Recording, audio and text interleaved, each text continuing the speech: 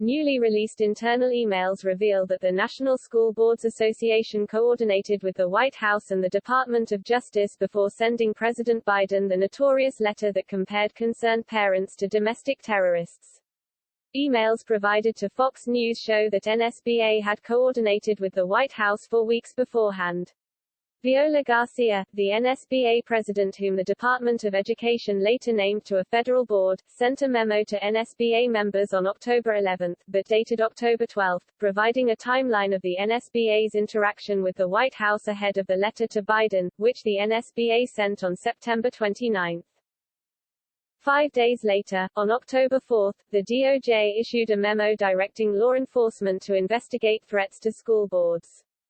On October 22, the NSBA issued an apology for the letter.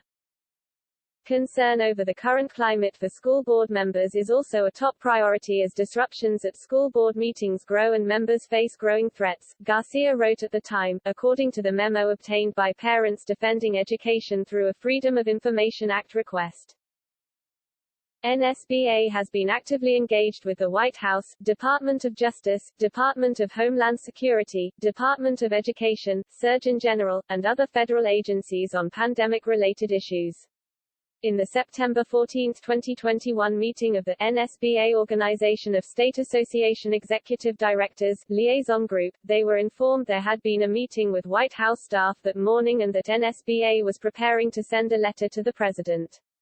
Subsequently, on September 17, 2021, the interim executive director emailed notice to the State Association executive directors that indicated a letter requesting federal assistance would be sent. In response to the letter sent by NSBA, on October 4, 2021, the Attorney General announced in a memorandum widely shared throughout the U.S. Department of Justice that he was ordering all U.S. attorney offices and local FBI offices to reach out to local and state law enforcement officials to coordinate efforts on this problem within 30 days of the memorandum. Garcia also noted, "This statement appears to contradict Attorney General Merrick Garland's testimony to Congress on October 27.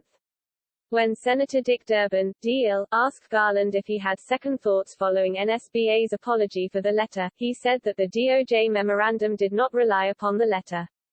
The letter that was subsequently sent does not change the association's concern of violence or threats of violence. It alters some of the language in the letter, that we did not rely on and is not contained in my own memorandum," Garland said. Another email exclusively sent to Fox News revealed that NSBA had discussed the issues with the White House for weeks before sending the letter. Garcia and Chip Slavin, an NSBA executive, altered the text of the letter to satisfy the curiosity of White House staff.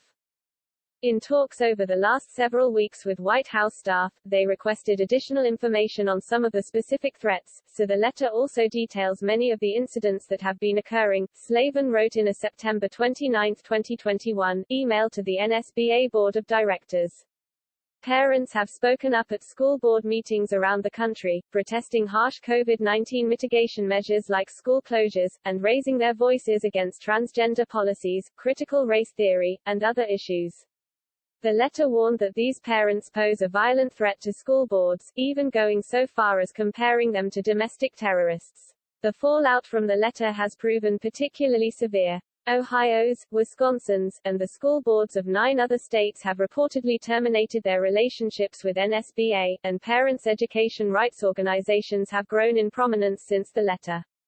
The letter may have also emboldened concerned parents who supported Republican Glenn Youngkin, who won the Virginia governor's race earlier this month. NSBA leaders even altered the letter's text to satisfy the Biden White House.